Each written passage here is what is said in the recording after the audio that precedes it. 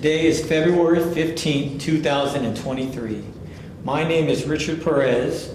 I'm a Veterans Benefit Coach with the Kings County Library. This interview is part of the Veterans History Project. Please state your full name. W.O. Stark, S-T-A-R-K. Well, Mr. Stark, thank you for taking your time out of your day today and to share your journey in your military service. Thank you. Let's start off with your home and your family background. Where are you from? I was born in Glendale, California and raised in Los Angeles. Are your parents still with us? My mother still is. My father and stepfather have both passed away. What did they do for a living? My mother was a banker and became an accountant for a debtor service. And my father was an iron worker for well over 30 years before they forced retired him. And my stepfather was the editor and publisher of Four magazine, which is the Southern California Golf Association magazine. Oh, really? Did your stepfather golf? Yes. And was there any golfers that he covered during Yes, that time? Tiger Woods. In fact, his whole early career before he went professional. Oh, wow. Do you have any siblings? Yes, I have one sister that was adopted at birth, who's a year and a half older than I. And I am the youngest of 10 kids from our father. 4 more boys, 4 more girls, all half siblings. And did they serve in the military? All the boys did, every single one of us. And what branches did they serve in? U.S. Army. For them, Okay. I think all of us were the U.S. Army. And what did you do before serving, Mr. Stark? I was a high school student, and I used to keep score at the local bowling lanes, Eagle Rock Bowling Lanes in Eagle Rock, California. In addition, I was also in JROTC, that was an Army program. Did you enjoy that? Oh, very much so. I could hardly wait to get in the service. Oh, yes. So what position did they have you doing in the junior ROTC? Well, of course, it started as a private, just being a squad member, but then I got all the way up to best squad in my second year, up to sergeant first class, as I recall, so I became a platoon sergeant. And I was also in supply there, and a very overall well-rounded experience. That's good to hear. So, Mr. Starks, we're going to transition into your early days of your service. What military branch of service did you serve in? U.S. Army. And were you drafted or were you part of the volunteer enlistment? I was part of the volunteers. And what year was that? I volunteered in 1982 on my 16th and 11th month birthday, 1 month before I turned 17. But prior to that, I'd been going to the recruiters when I was allowed to at age 15 to get all the materials. Well, the seed was already planted and you were Oh ready yeah, since the at age an of early 8. age, huh? Yeah, oh yeah, the age of 8. So I'm sure when the recruiter saw you at 16 and then when you came at 16 years and 11 months, he was ready to make sure to help you achieve that. He had known me for a year and 11 months by that time, because I wasn't allowed to go inside until I turned 15, even though I used to hunt him around 13. So what inspired your choice of the U.S. Army? Well, my father served in the Army, and I had a friend who wanted to be a Marine, and I wasn't like him. I genuinely wanted to be in the Army. I had found a ring when I was 8 years old, walking on my way to the babysitter's house before school. And in my 8-year-old mind, I wanted to return that infantry ring to the Army sergeant who lost that ring. Wow. And what did your father do in the Army? He was an MP All right. in the Philippines during World War II once MacArthur reinvaded. How did your family feel about your decision to serve in the U.S. Army? My father was proud. My mother, on the other hand, was leery. She did not want to sign the paperwork, but she and I made a promise to each other that if I got straight A's that last semester in school, that she would indeed sign the paperwork, the manumission paperwork. So let's talk about the military life and adjusting to it. How was the boot camp experience? Basic training, it was okay. There were quite a few times when I felt about going AWOL, but overall it was a great experience. So thought about going AWOL. Why would you say that, Mr. It was just unusual stresses. Not knowing if I was cut out for it. I was the youngest one in my platoon. I was picked on even though I was tall and big. And didn't know if I could man up enough in order to do it. but you were able to show your resiliency and Very much so. In fact, perseverance, huh? the drill sergeant, when he met my mom, said that I was the best soldier that he had had in quite a few years. Do you want to discuss any other challenges or experiences during your training? Yeah, actually, the movie Tanks with James Garner was actually filmed at Charlie 5-1. And even though we were not part of the movie, they did film us while we were doing the bayonet course. But when I see it, I look at the dining facility and the people that were serving us there in the movie. The drill sergeants were there in the classroom when James Garner was talking. And several times I'd done guard duty around the movie vans and equipment, and saw James Garner a few times. Okay. And what did you do after you graduated from your training? What did you do on leave? On leave, I went back home and I started reading the book, The Makings of a Soldier by Anthony B. Herbert. Oh, wow. What inspired you to select that? I think it was Making of the Soldier. I wanted to find my way. Now that I graduated basic training in AIT, I wanted to know what was out there for me, not just being a regular infantryman. In regards to your AIT training, that's what, advanced Individual training. right? Yes, sir. And what does that mean? Well, it's just a continuation of basic training. It wasn't really a transition because there wasn't any more skills to learn as an infantryman, but it was nice continuation training. Was there any specialized training that you also conducted, and how long was it? Not during basic or AIT. The funny story is, even though I became a marksman later on, I actually bowled the first time when qualifying the M16. I used to be a marksman in JROTC, but we handled a .22 rifle, and I would average between 75 to 80% plus. But I couldn't believe the M16 felt like such a toy to me. It wasn't a real rifle, wasn't made out of wood. It was aluminum pieces, anyhow. But I adjusted. Okay, and I know you mentioned about, you explained about your basic training and your AIT, and you mentioned something about an 11 Bravo. Was that your job? Yes, sir, it was. And what is an 11 Bravo? 11 Bravo was an infantryman, a grunt. Alrighty. And what experiences or skills did you obtain from your job? Well, first aid would be the most important one, and wound care and treatment. And it also gave me the confidence that I can do anything. And pick up easily. Crawl, walk, run is a good way of learning. Okay. So once you graduated from all your training, your first assignment came on board. So what was your first duty assignment? First duty assignment was at Fort Campbell, Kentucky, with the second of the 503rd and Rock Force. We actually arrived on June 30th, as I recall, and because it was a July 4th weekend, they had a rally, so we were not able to get to our unit until July 7th and finish the in-processing things. And then on July 10th, we were on a plane on our way to Fort Drum, New York, in order to train the 69th Rainbow Division to become what eventually became the 10th Mountain. So that we were part of the events party to give them infantry training and climbing experiences and so forth.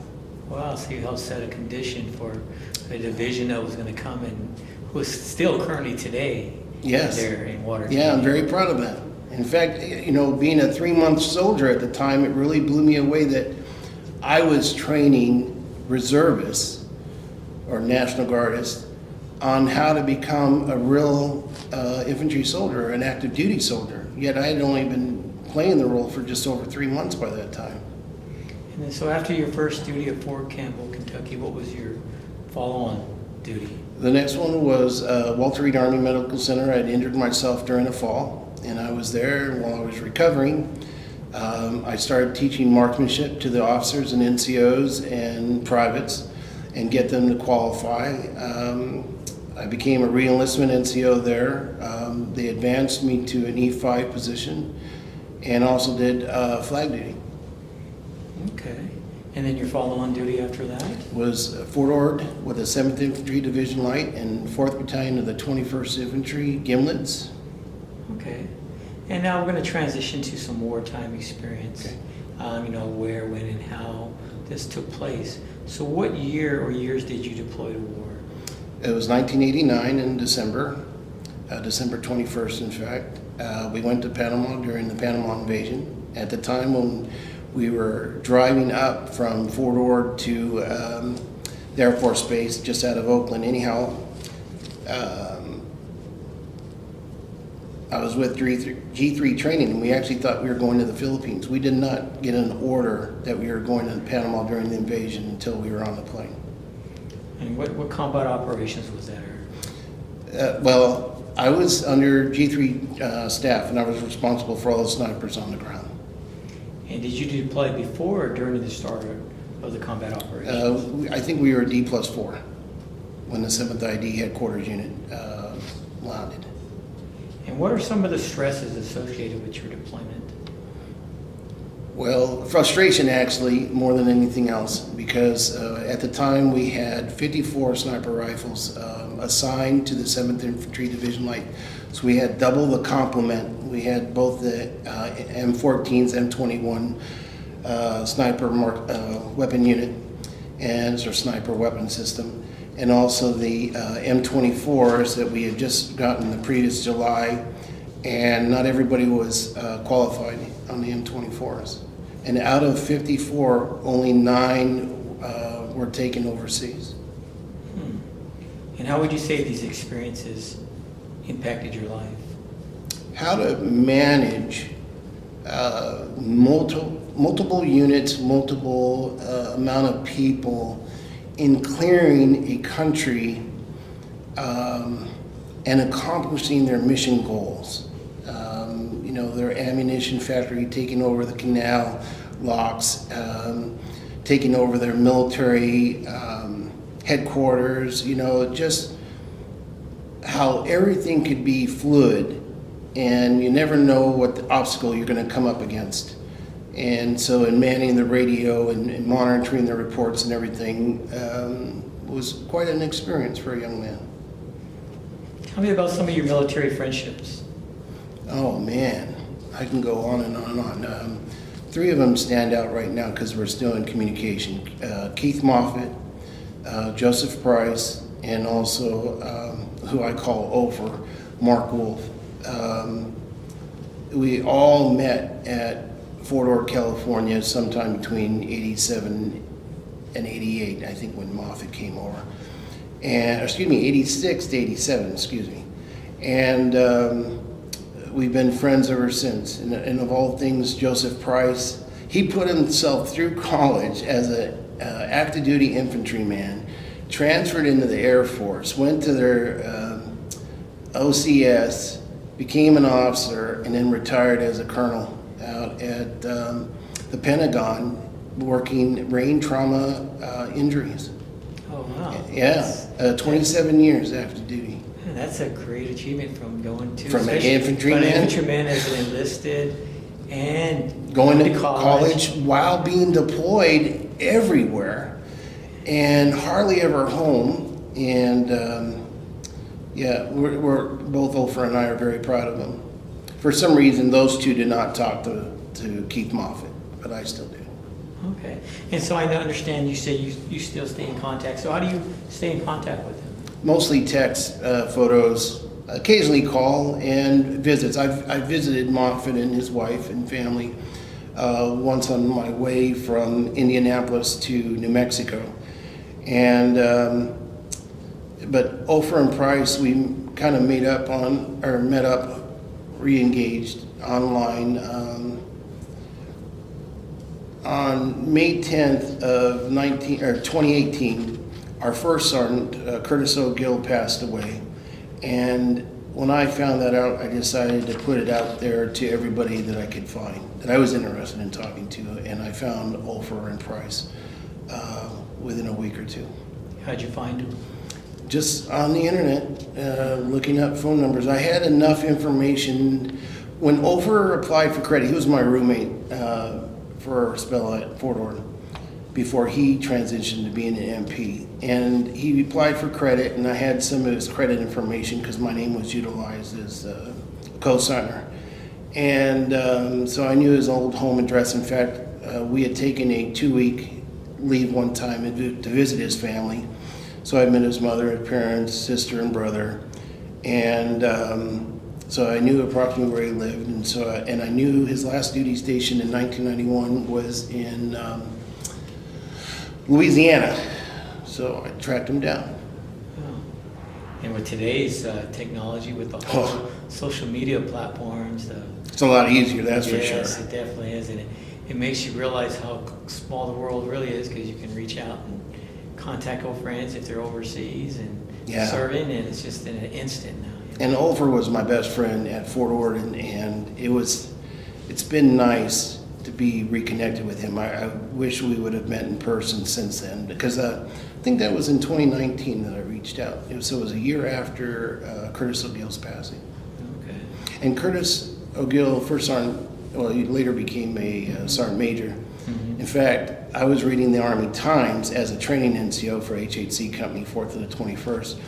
And during the lunch break, I was reading the Army Times and found his name, and at the time, he was putting in for his retirement.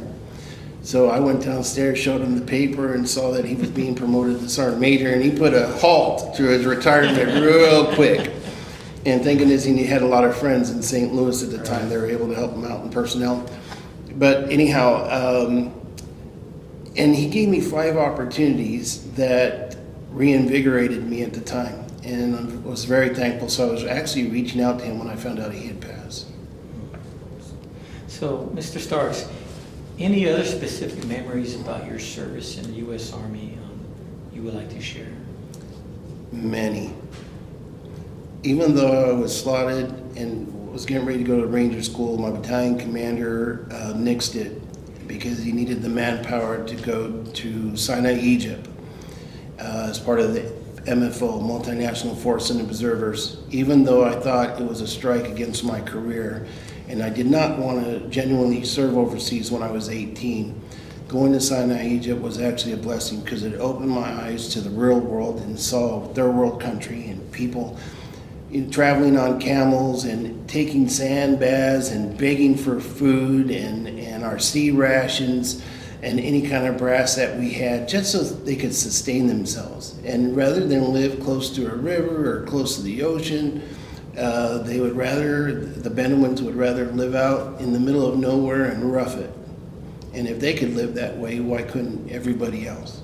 And at 18, and I ended up turning 19 there in Sinai the following January, that it was just a really eye-opening experience. I'm very thankful for that overseas tour. Very humbling, huh? Oh, very much so. And during Labor Day weekend that year, this is 84, that I was able to see the pyramids and the Sphinx, and that was eye-opening. I had lunch in the Giza Tower, which was the tallest man-made structure besides the pyramids, because we had met a local who was essentially our tour guide and got us everything for much cheaper. For instance, a taxi ride going from the Concord Airport Hotel into Cairo to go see belly dancers.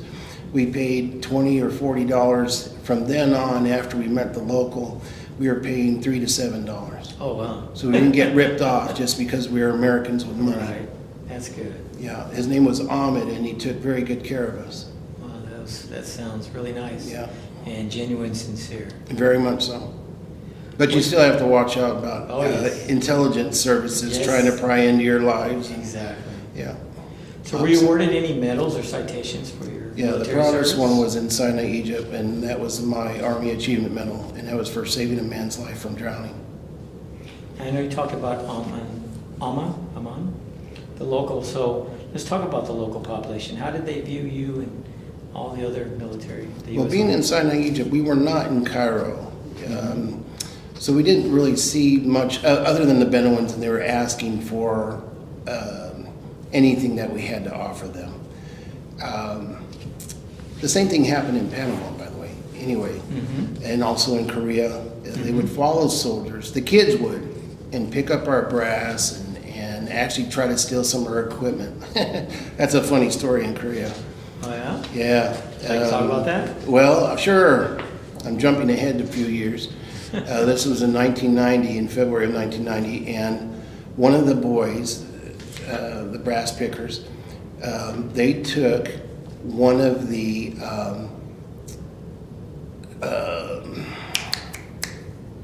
one of our field jackets, a camouflage Gore-Tex field jacket. Mm-hmm. And when he did so, he ran across the fire, and it was started by a fuel tab. Mm-hmm. And the fuel tab caught the jacket on fire, and as the boy ran around the mountain past the rest of the unit, it caught the mountain on fire, sadly. Oh. And it went up in a huge flame. We were over 1,000 feet away, and we can still feel the heat of that mountain radiating towards us. Oh, and wow. sadly, it had happy mounds, which are burial pits, where they bury the people upright in a cross-legged position, and you could see them. They're everywhere on this particular mountain. So it burnt a historical property. Oh, wow. Yeah, it was a big thing, but it didn't start because of Americans. It was a young boy who stole the burning jacket. You know, when he stole the jacket, it went over a fire, and we chased him, and it just spread too fast.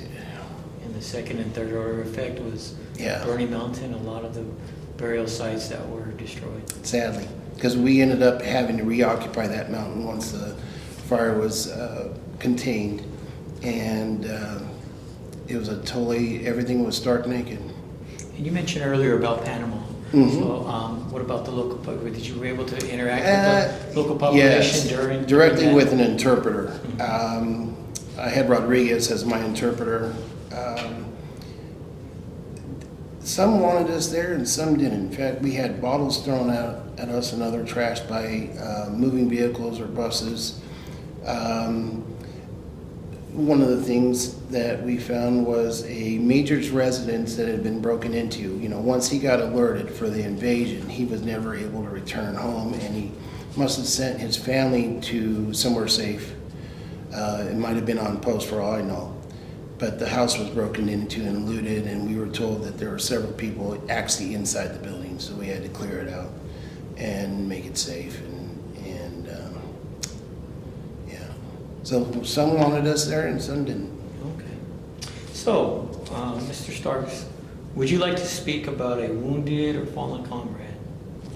Well, there's a few that come to mind. At Fort Ord, let me go first to Keys. Jeffrey Scott Key.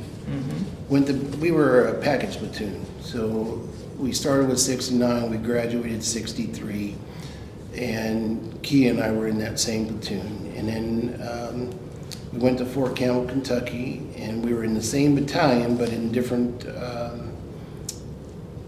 companies.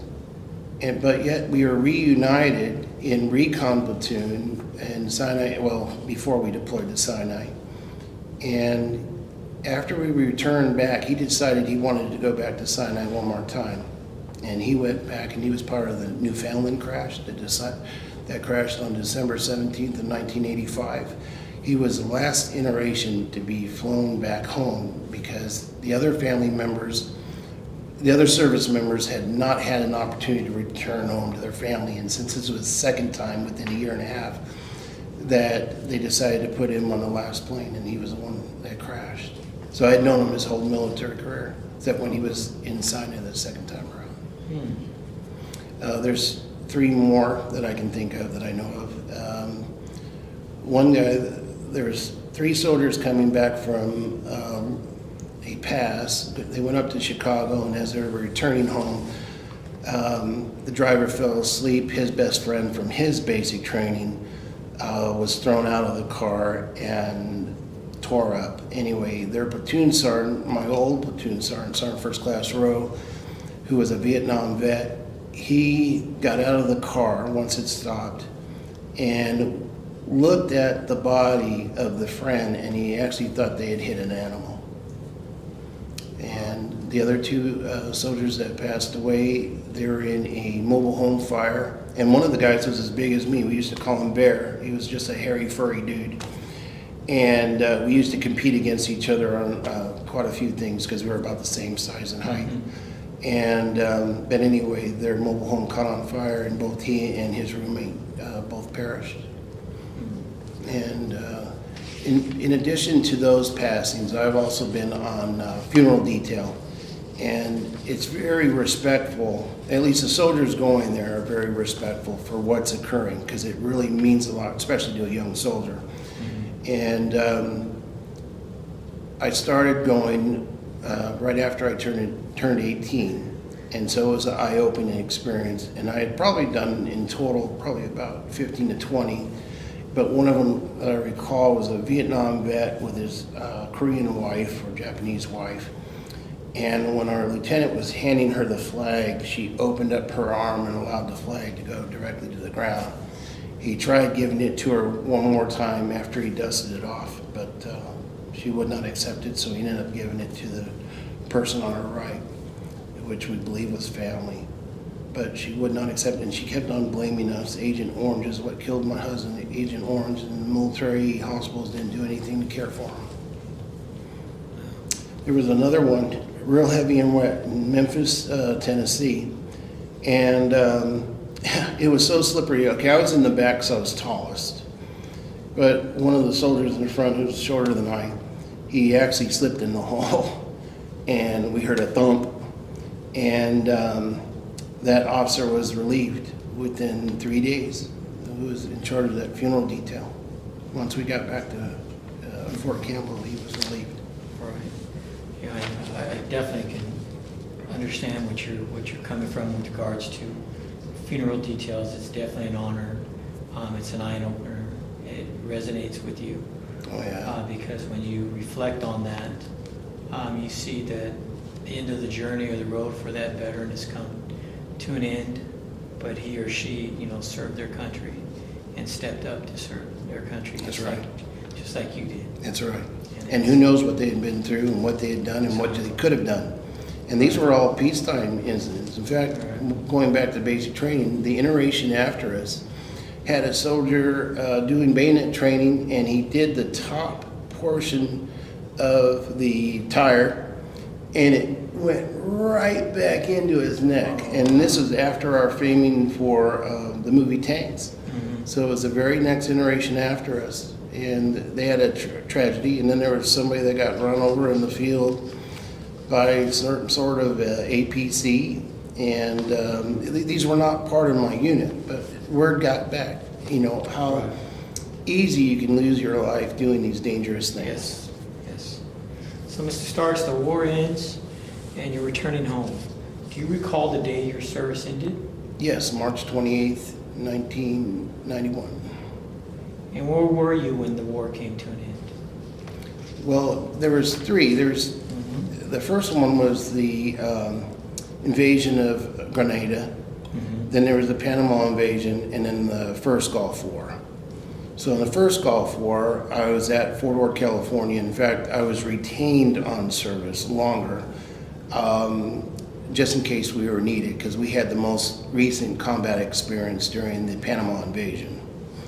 So, and in Grenada, we were actually in the field, and the reason why I remember this is we got called out on the October 23rd of '83, and on that day, my then roommate, Straight, who I had known through basic training, AIT, and eventually he became my third roommate, his father passed away earlier that morning. So our First Sergeant Hayes, he goes, "Everybody with a father step forward. Straight, see me after this formation." That's how he found out his father died. And this was a PT formation. Oh, wow. Yeah. And the reason why we were brought in from the field was just in case they needed us as reserves. So in fact, we went up and cleaned our equipment. So it wasn't a PT formation, but anyway, it was accountability formation. And we cleaned up all our gear. Then we went to the local tarmac at Fort Campbell, and we kept on flying from Fort Campbell to Texas. Texas. We were and then also to Florida, back to Texas. We did that like 3 or 4 times, as I recall. And it was because they were holding us in reserve in a plane just in case they needed us for Grenada. You were on call. But it just happened that was also the day that my roommate's father passed away. Did you continue to serve in the U.S. Army after you returned from war? No, I've done 8 years active duty, so I was no longer required any time. When I signed my enlistment, the requirement was only 6 years, and but it became 8, I think, in 1984. Can you describe the readjustment to civilian life? Well, with a family and 3 kids, I didn't have time to reflect because I was busy working just to keep the family afloat. And we relocated to Galveston, Texas. And it was actually easy because I could apply my skills. So I started as a sandblaster. It was supposed to be a 2-week job, turned out to 6 weeks. Then I became warehouse manager, and while doing that, I became a forklift operator, and then they sent me to the Texas School of Cranes, and I became a crane operator. Okay, so that was your occupation after your service in the U.S. Army. That's correct. And part of that whole readjustment, what was the reception like for you to come home? Well, I never went home. I moved to Texas, and I'm trying to think of when I would have gone home after that. It was probably when my wife and I separated.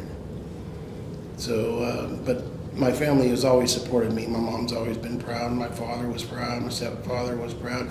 Although his mother didn't like me serving in the military, even though she has a son who retired as a major in the Marine Corps as a AE-6 pilot. But anyhow, she did attend with my mother and her husband my basic training graduation, and that was an experience. She had broken her leg, so she was there with a cast on her leg, attending all the events, basic training, AIT graduation. And my Aunt Jerry and her family are very supportive. I kind of missed their junior high school years, and they were great running backs and fullbacks for their local high school, and I regret missing those games because they made all sorts of headlines in school accomplishments. Anyhow, so I missed some things at home, the younger kids growing up, but I was definitely supported. Well, that's good to hear. Yeah. And I know when you said you had already committed your service and separated from the U.S. Army, and it sounded like you went into the workforce. At any time, did you continue your education after leaving the military? Yes, I did. I went to college. I went to Pasadena City College, and that led into a lot of opportunities, being a tutor for other students who were going through the administration of justice students, and also becoming a law enforcement officer. I went to called the PC 832 courses. The first one's just a police officer course and the firearm course, and I forget what the third one is, powers of arrest, I believe. And I attended those things as well through that college. And I know you mentioned earlier about your battle buddies that you've stayed in contact with. Are you in contact with any other veterans that you've met throughout your service? I've met some over the years. There is one man who I'll call David, and he had been in 3 IUD explosions and had 3 different black masses in his brain. And as I said, I'd gotten in contact with Colonel Price at the time, who was working in brain injuries at the Pentagon, and I talked to him. How can I help this service member out? You know, he deployed from Indiana as a reservist, so he wasn't expecting ever to go active duty and not into a war zone.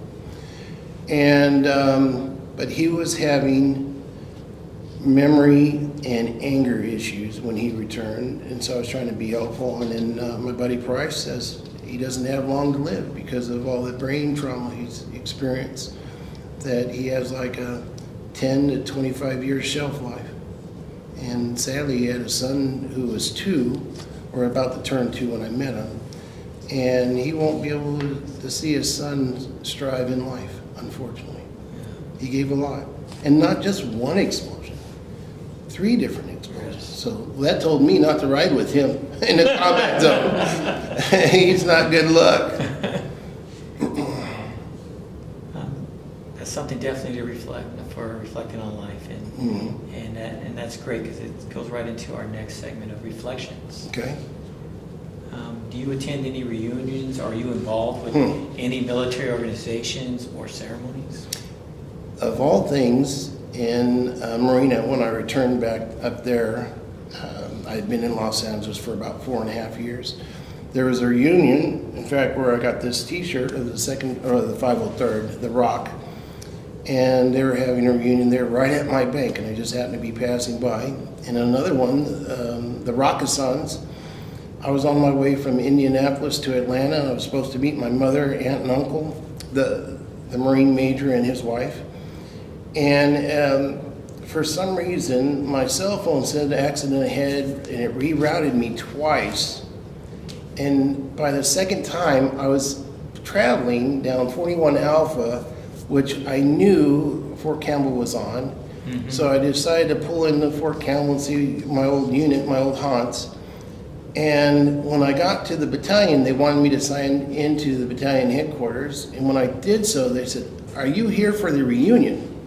Of all things, I arrived there war week. And that particular day was the Rockasons reunion. So I was told where to go, and I went there, and I had a hot dog and a table with 5 other Rockason veterans who were part of the Hamburger Hill history. Oh, wow. And of all things, I held court because I was the newest guy. Everybody knew everybody else's story, and so I was bombarded with questions as I'm trying to eat this hot dog. And I got a T-shirt from them, even though I didn't pay any dues or any services. That would sound like some divine intervention. I'm telling you, I had a niece who passed away, and I have a thinking that it was her because I couldn't see any accidents. The traffic was not backed up, but I played along, and I was in a hurry. And I was so far advanced by taking this reroute that I decided, okay, I'll spend my lunch hour at Fort Campbell, and then I ended up getting a free hot dog and telling stories. There you go. Yeah. So you had some camaraderie. Oh, most definitely. And that was the first contact that I had had with vets in quite a long time. So it was very rewarding. And especially being around men that you know have accomplished the same things that you had in life. And we had a lot of things in common. Shared experiences. Shared experiences, places, duty stations.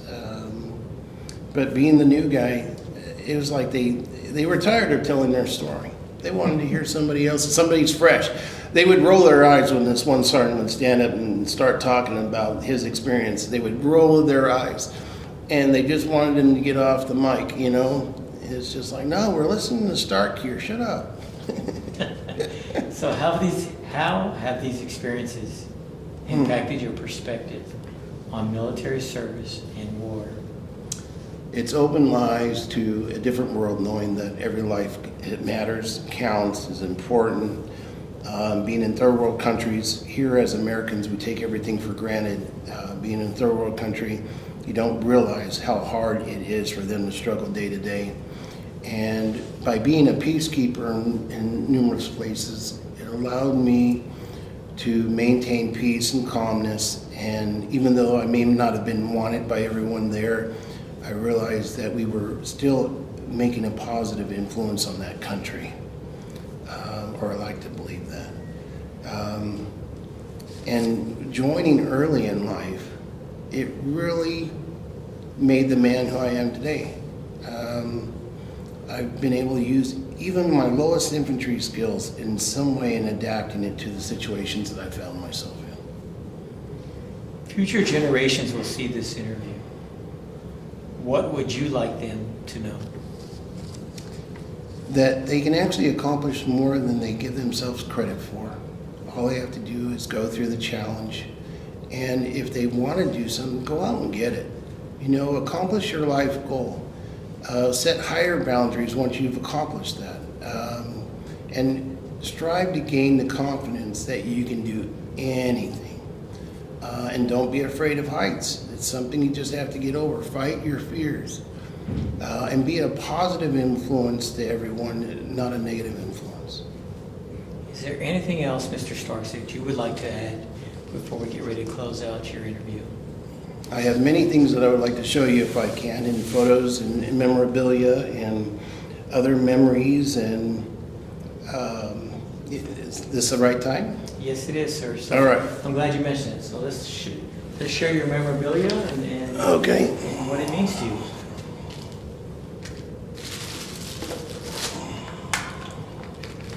One of the first things is a death card. This is the 2nd Battalion 503rd Infantry death card that I've maintained all these years. And I actually re-laminated it, but the back sheet fell off. And for some reason, the original lamination started twisting on it. I don't know how that's possible when you wear it in a nylon wallet. But this is what it says on the back. Protect the innocent, convince the undecided, kill the rest. Bastard missions. War fought, alligators castrated, demonstrators cared for, bars emptied, and virgins converted. All right, one of my very first challenge coin that I was given was from the 503rd. And this is when I became one of the very first 4 people to be the LRP team. And what does LRP mean? LRP is Long Range Reconnaissance Patrol. Okay. Our battalion commander used to be a recon platoon leader in Vietnam, and he was determined to establish recon in his battalion. And it was myself, Staff Sergeant Griswold, Corporal Bond, and Specialist Brady, and I being the youngest service member being there, and it was life-altering experience. One of the next challenge coins is a sniper one. This is actually a purchased one, not given one. I went to sniper school in March and April of 1984. So I've been in the service just around a year and just turned 18. All right. The 2nd of the 503rd changed into the 4th of the 187th. I got this one after going to survival school in late October, early November of 1984. This is a mock-up. I gave my original away to my brother-in-law's brother because he's a coin collector.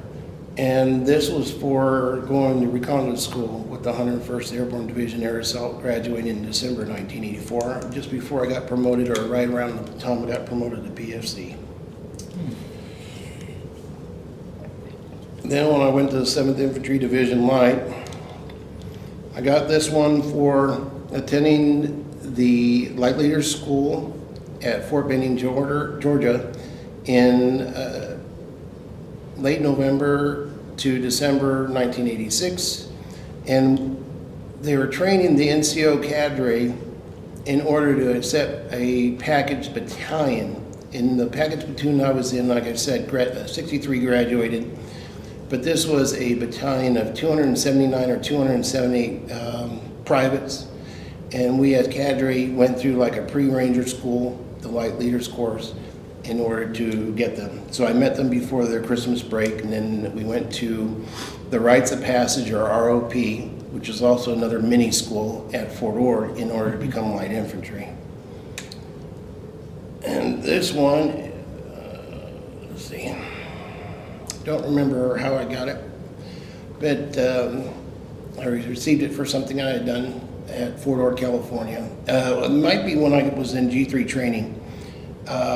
Initially, I was there just to be a training NCO, but because I had been a sniper instructor for 2.5 years within the battalion and brigade level, my first Sergeant Gill recommended me to go to the G3 training as a training NCO.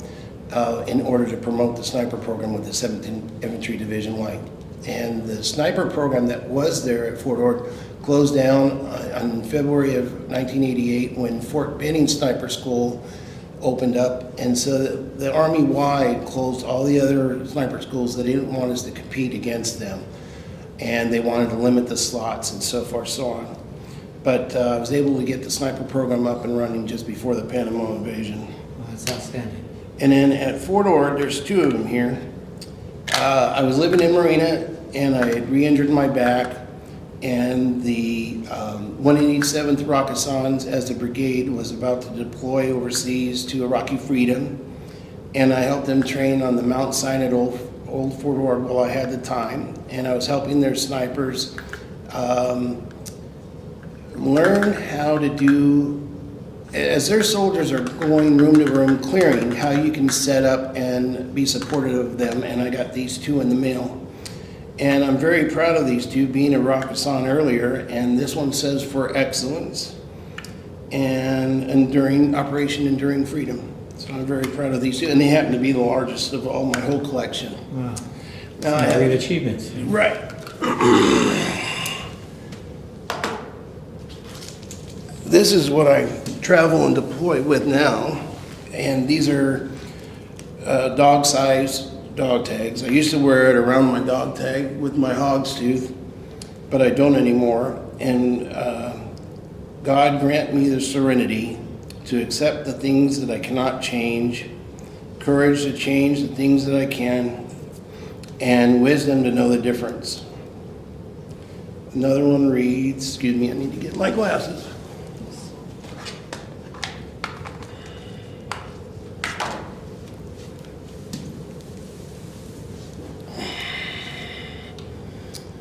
The Ten Commandments. I won't read that one. People can find that one. Then also the Lord's Prayer. Then a recruiting dog tag, my dog tags. And then of course John 3:16, for God so beloved the world that he gave his only Son, and whosoever believes in him shall not perish but have eternal life. Psalm 23:4, yea, though I walk through the valley of the shadow of death, I'll fear no evil, for you are with me. You and your staff, they comfort me. So again, this was a Wounded Warrior project that I donated to for over 10 years. One of the things, when I went in the service, they still had C rations. And one of the last times I had it was in Sinai. And we used to carry a P38, which is a can opener, on our dog tag, so we always had them with us. This one I always carry my blood type on me. And one that I have on my keys right now, this is a NASA statement. Failure is not an option. I strongly believe in that theory, besides my blood type, and a dog tag, so I can be identified anywhere I go.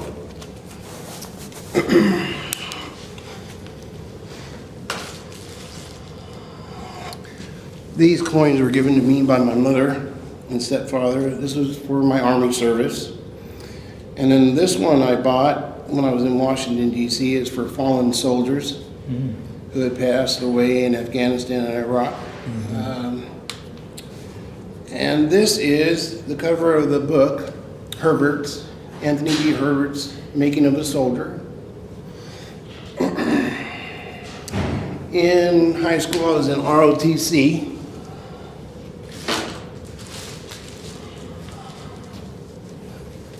I was on the drill team. And these are pictures that were taken by my mother. Hold them up a little bit. Sorry? Hold them up some. Okay. There you go. Okay.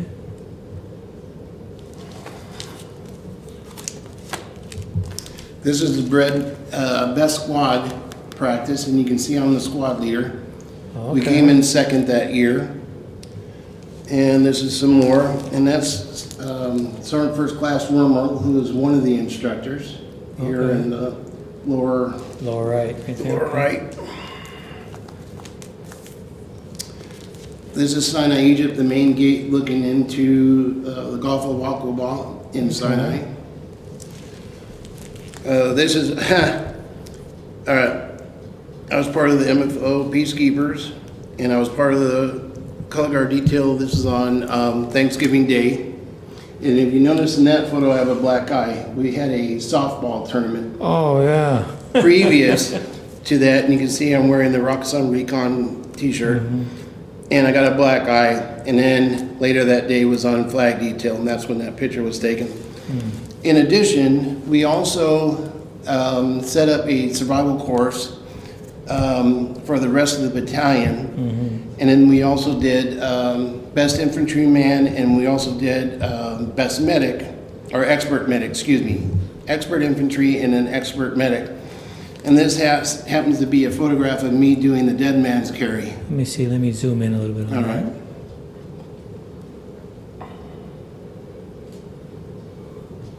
Oh, yeah. Okay. And as recon, we were doing that stuff for the rest of the battalion. This is the basic training at graduation photo when my mother saw me. Didn't recognize me at first. Let me zoom in on there. Hold it All up right. a little more. There you go. How old were you there? 17 17 and years. 5 months. June 17th, 1983. So you definitely need mom and dad's permission to go in. Well, didn't Parental need my guidance. father's. He wanted me to go. He was supposed to talk me out of it, but he didn't. And then this is the second reconnaissance team that I belong to, because in January of '84, Griswold, Bond, and Brody were all sent away. And then I'm here with Campbell, Staff Sergeant Campbell, Sergeant Johnson, Corporal Hurst, and myself. And then also Specialist Sharp was in there, I believe. And then later that year, when I tried out for the Special Operations tryout in January, and I was accepted, or I passed, but they thought I was too young and immature to do it, and I wasn't even 18 yet. So they sent me to the 160th Task Force, which is now the 160th SOAR, and I was on special duty there, learning to be a door gunner slash crew master. And so when I came back from that special duty, when I was getting ready to go to Ranger School, that my battalion commander denied because he needed the manpower to go to Sinai, that we had a recon platoon of 19 people. And I didn't even know all of the 19, but I would get to know them. Here's, let's see, that's me, that's Sharp, that's Johnson, that's Hurst, and there's Campbell. Okay. If you kind of tilt it to the front, you got a reflection. Sure, And sure. Hold it up a little, and I'll zoom in some more on it. There you go. And that's the bottom picture, correct? This Yep. one. Yep. Okay. And then this is that award I'm very proud of for saving that man's life in Sinai, Egypt. Oh, wow. He was one of the civilian contractors there. And on this particular day, it was heavy winds, and it was a very bad undertow. And he used to swim a mile, but on this particular morning, he couldn't come inland for the life of him. And myself and Private Bradbury went out there, and we were bringing him back to safety. Bradbury went out to get help. This was in the Army Times newspaper. Okay. And it has something to do with mines. In Sinai, Egypt, there's nothing but minefields on left and right, forward and back. It didn't matter where you were. And some were identified and some are unidentified. In fact, the wind blows the sand off the tank traps, and you can see gunpowder blown forever. In fact, the next generation of 82nd, they were skipping rocks and started a fire that way in a big explosion. And this was President Reagan, go ahead and make my day, with a gun pointed at, I think, Nicaragua.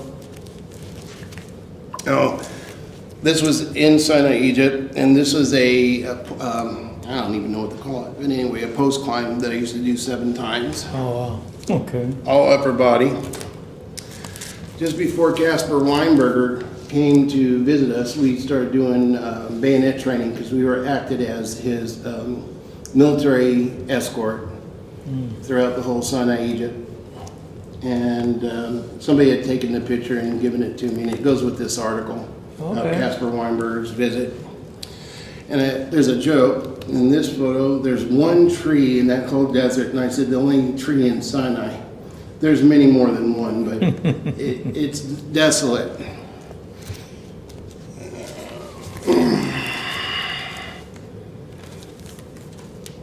All right.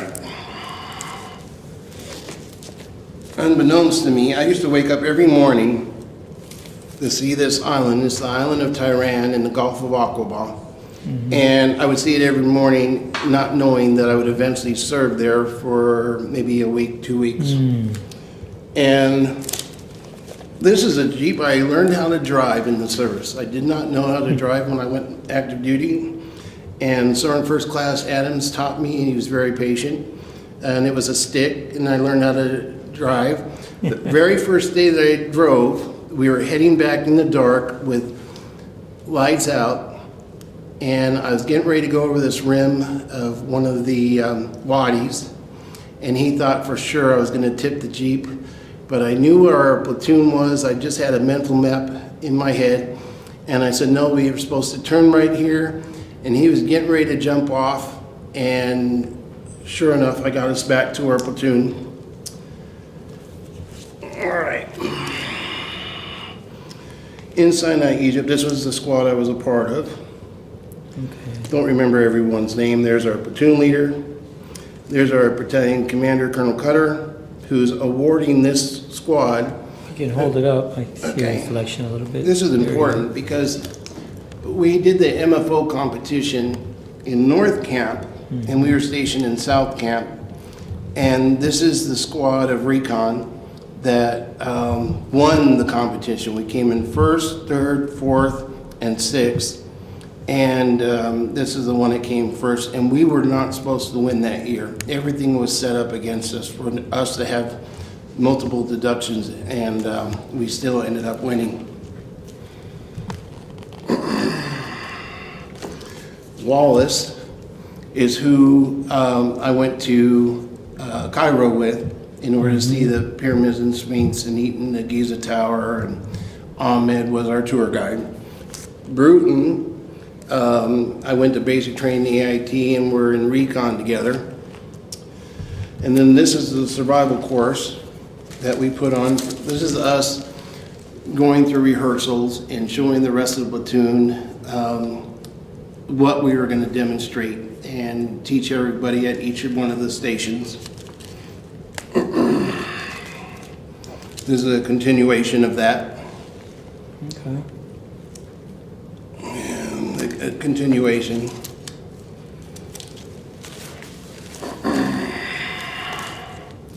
Here's Casper Weinberger's inspection. On these occasions, I was responsible for this layout, and you can see here's Casper Weinberger here inspecting our troops, our recon platoon. And this was I was proud of, that I was solely responsible for everything in the headquarters section, myself, Staff Sergeant Adams, and Lieutenant Schaefer.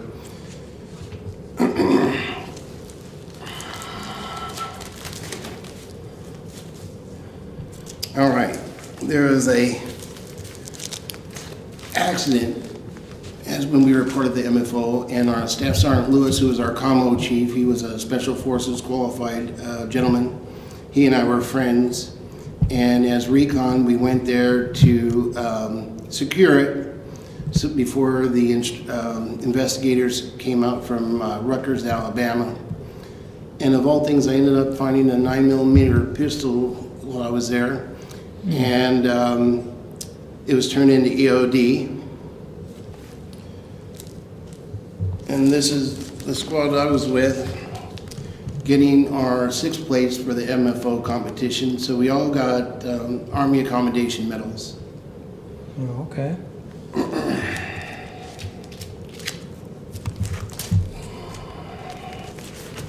Let's see. Here's a floor plate of a Huey on our way to the island of Tyran to be stationed there for 10 to 14 days. Usually as recon, we were the reactionary force, but what happened was these companies had been out there beyond their 30-day window, and they could not be out there 45 days. The 82nd did not replace us in time. So as recon, we went out to 4 different stations in order to replace them. And then, of course, more island pictures of the island of Tehran. This is the place that we landed, and that was our residence for the 2 weeks in the island of Tehran. And if you look closely, you'll notice that there's some metal posts sticking out of the ground. That's indicating a minefield. Oh, And it's okay. left over from the 6-Day War between Israel and Egypt. All right, well, now, funny thing happened here. You can see concertina wire. We were at checkpoint 3 Charlie, myself and Bradbury, and we had a pickup truck that had this post sticking out like a 4x4, but it was super long. Anyway, it caught one of the strands of the concertina wire and dragged it about half a mile before it finally let go. And when it came back, it was like a slinky with all sorts of sharp edges coming back at us. And we both ran for cover, and every time we went to one of these posts, we always had something occur. And that was the one that happened at checkpoint 3 Charlie. All right, well, this is the MFO plane. I'm gonna show you another one. And this was when we were at the airfield replacing one of our companies there. And you can see it's indicated MFO, and it doesn't have camouflage markings or anything. But don't know if it's in this photo album or another. Okay. Here's a photo of my half-brothers and I. Excuse me, my half-brothers. The only one that's missing is David, and he was presumed dead by me upon our father's death because nobody had heard from him. This is my sister Deborah. It's her at her home. And that's me with Deborah and their mother. And that's Deborah's daughter. Okay.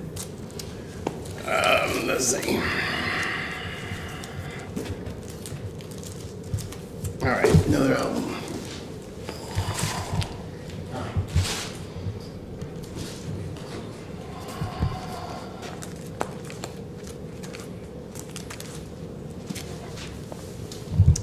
We stayed in a flat, Wallace and I, and this is the business card that we received while we were at that flat in order to send other soldiers there. And it was a great place. We ended up staying there for £7 a day. Oh, wow. And they gave us goat cheese and milk for breakfast and lunch.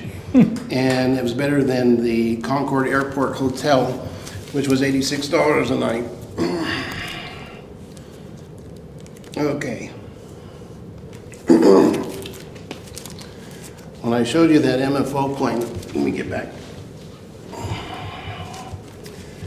Without military markings, if you look closely at this photo, this is an illegal plane landing in South Camps Airport. And we were supposed to turn all these photos in, but it was determined by my unit, my squad, recon squad, that I was retaining my film to show that. So all the photos that I have in Sinai, Egypt was because of my guys supporting me in order to sneak the rolls of film back. They wanted me to be the historian. Oh, Christmas Day of 1984, totally foggy. The only bad weather day that we had the whole time, we were there 7.5 weeks. I was part of the advanced party and the last party to leave in 7.5 months, and that was the worst weather day. Totally fogged out.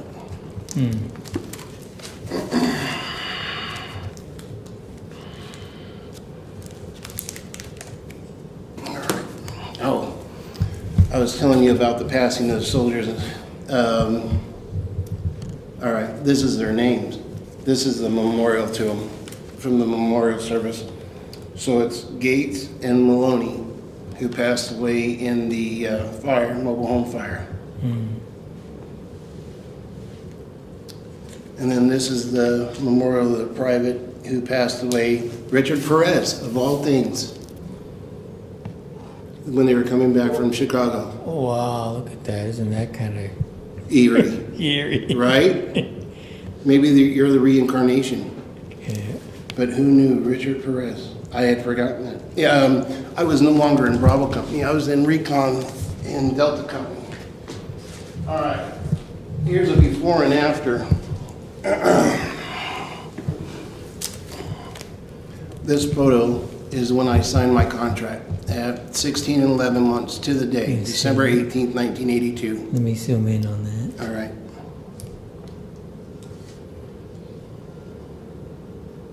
Okay. And then this is basic training graduation photo.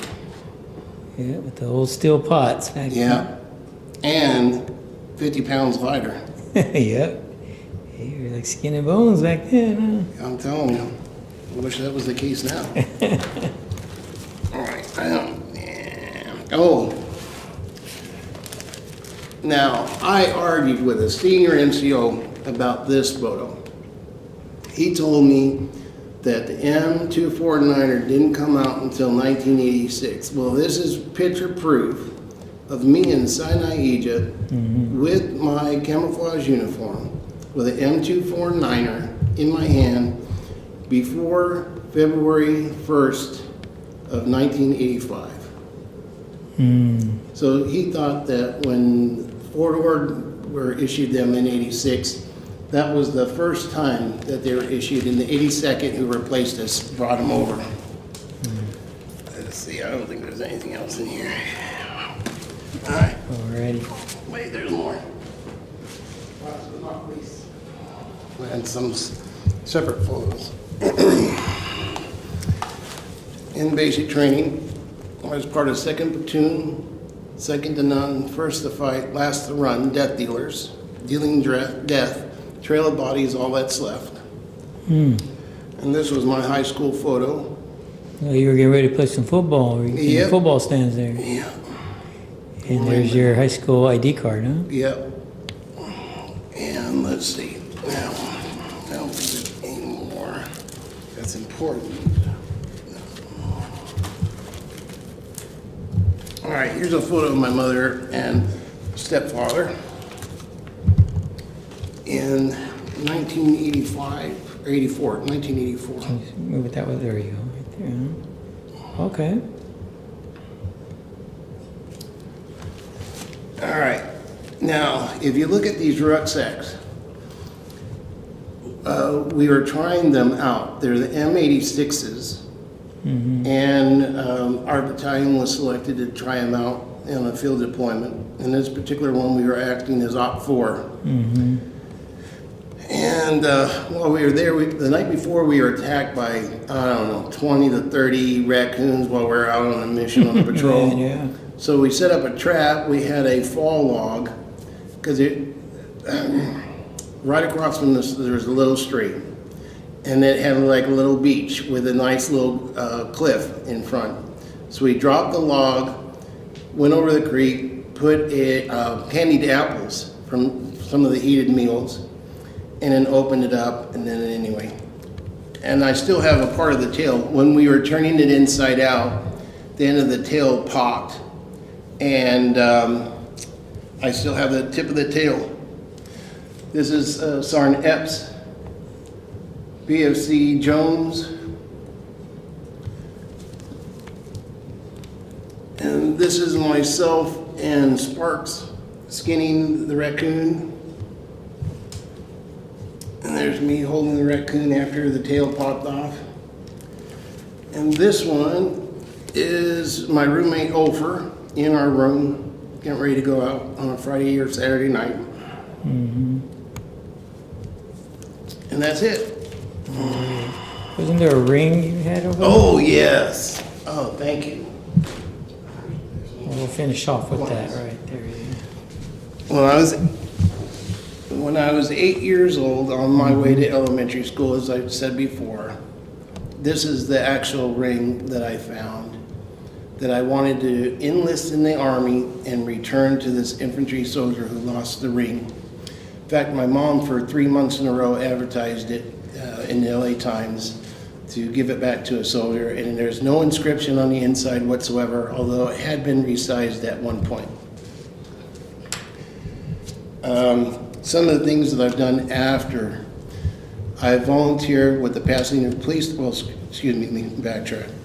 I volunteered with the LA County Coroner's Office during the riots of 1992 that started on April 29th, 1992. Also, that led for me to volunteer with the Pasadena Police Department and their range, and the range master, Jack Preston, N. Preston Sr. Of all things, he allowed me to help him for 2.5 years. In my second month in volunteering with him, he ended up getting Parkinson's in his left hand. And as you know, as a demonstrator, it's hard to be demonstrating when you're shaking. So I entered his life at the right time. I've met his son, Junior. He and I are friends and still communicate to this day.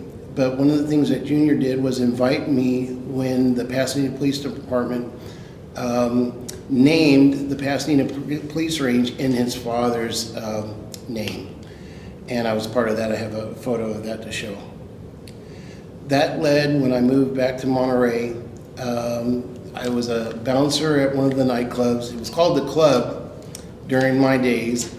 And I knew the night shift patrol. Anyhow, I started bouncing, and one of the officers, Officer Short, who is now Deputy Commander at Cal State Monterey Bay, the old Fort Ord, he has sent me quite a few coins since then. So here's a Monterey PD, and I attended their 2nd and their 9th Citizens Academy. And this came from Commander Short. This is the Cal State Monterey Peninsula. This is their 20th, celebrating their 20th anniversary.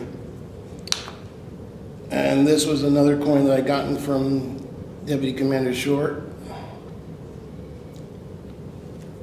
And now this is from the Highway Patrol CRU, Critical Response Unit, that I helped train once upon a time. And photos.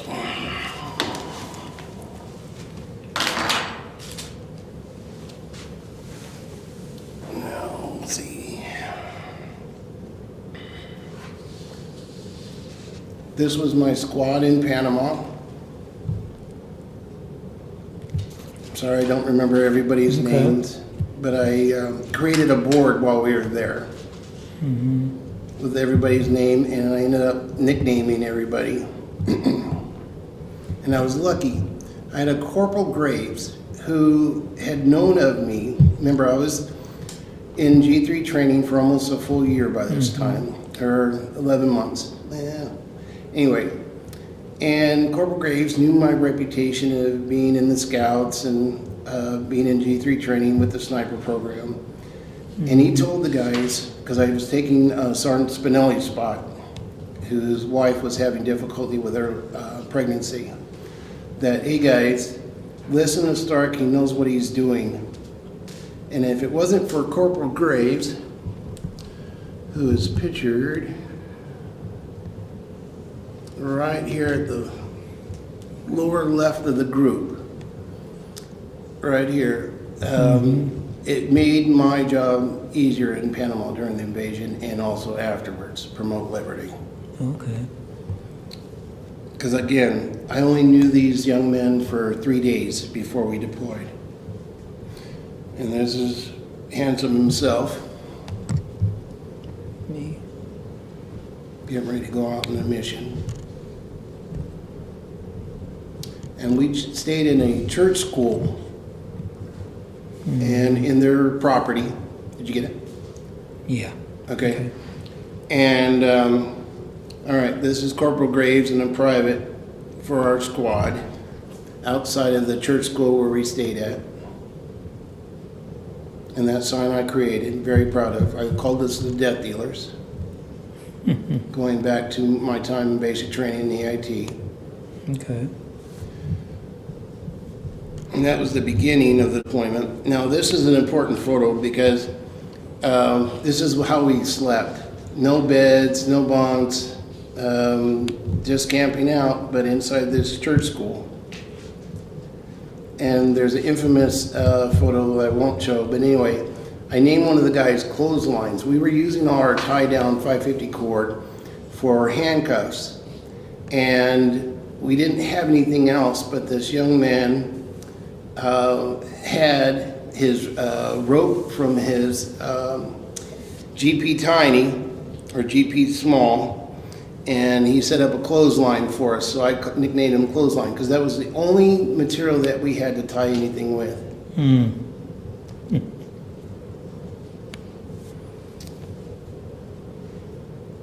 All right, and this is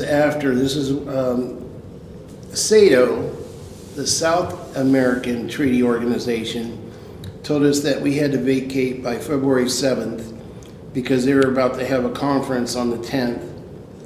And as it turned out, we were already slotted, my battalion, to go to Korea for Team Spirit 90.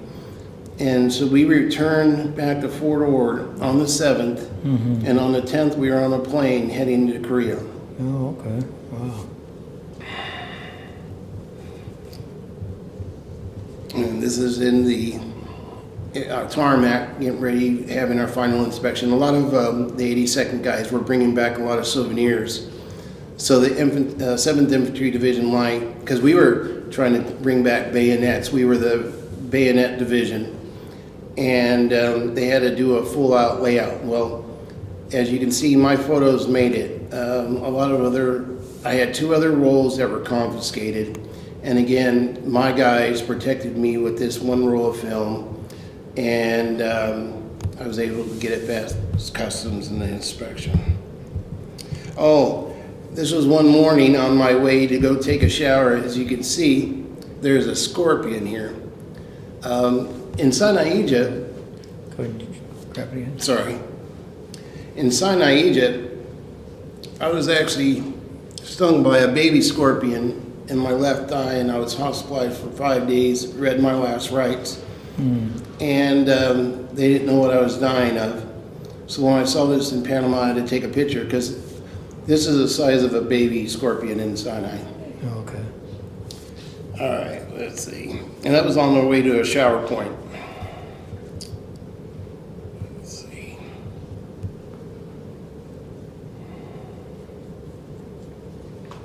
Oh, Scott Keys. This is not a good picture of him.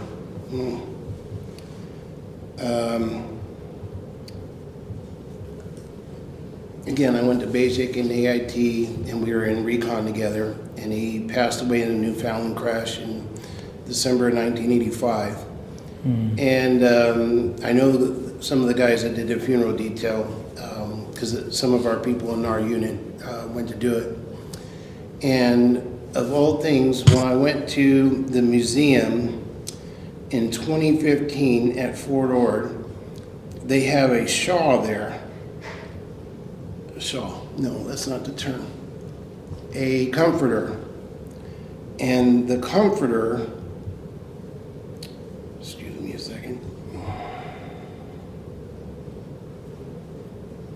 The comforter was there with his name on it. And I was passing it up and didn't realize what it was until I was passing it up. And when it did, it without seeing his name directly, it affected me because I realized what it was. And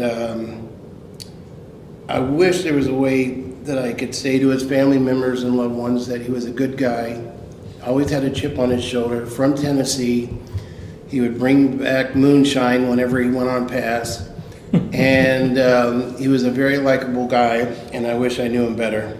Oh, he's saying it right now. Yeah. I just hope his parents see this.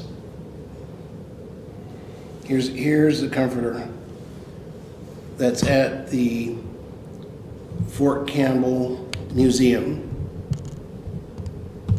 That's something I haven't shown. Okay. And I took a close-up, and there's Jeffrey S. Keys. They also promoted him. Hold on there. Let me zoom in a little bit. but it was a very respectful display that they did Oh, to the yeah. Newfoundland crash victims. And interesting enough, there's a memorial, but it's at Fort Bragg in the 18th Airborne Corps, and not at Fort Campbell rather. And for some reason I didn't bring those photos, but I would like to show it if I can find it. You know what? It's got to be in one of these albums.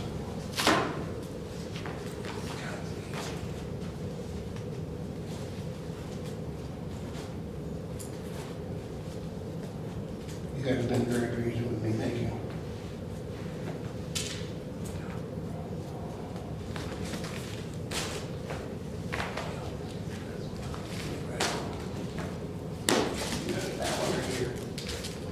But at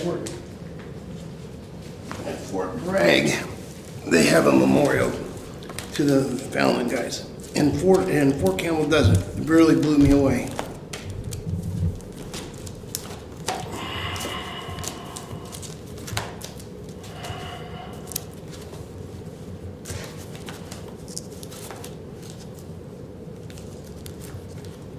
No, it's gotta be another one.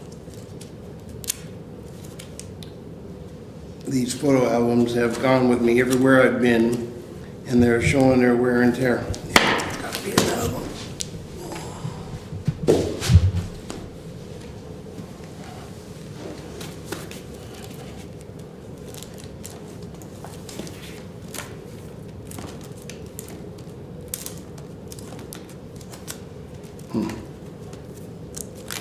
Oh, I can kick myself.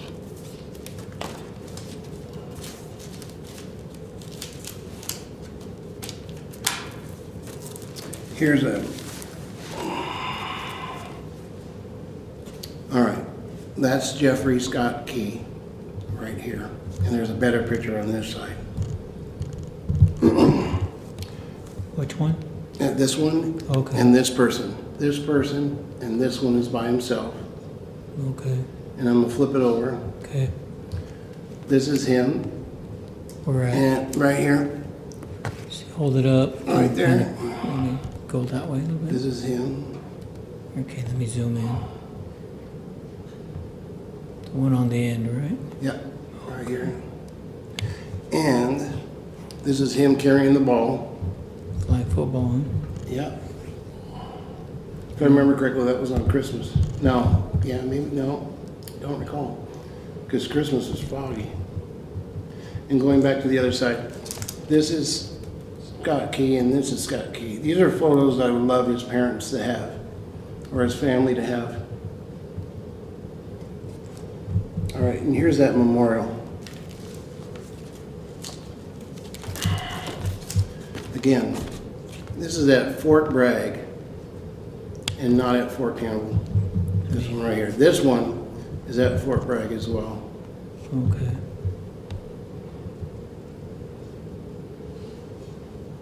Okay, let me do the headstone. Let me get that headstone.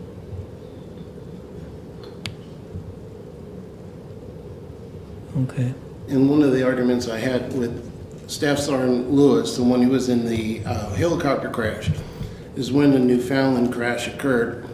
And it was on 12 December 1985. And his accident was on 12 November of 1984. Oh, All right, I think that's it, if you got everything. okay. But yeah, I knew I would have brought it, but I can't believe, I understand the 18th Airborne Corps, but there's no reason why the 101st shouldn't have a memorial to them. Go ahead and have a seat, sir. Okay?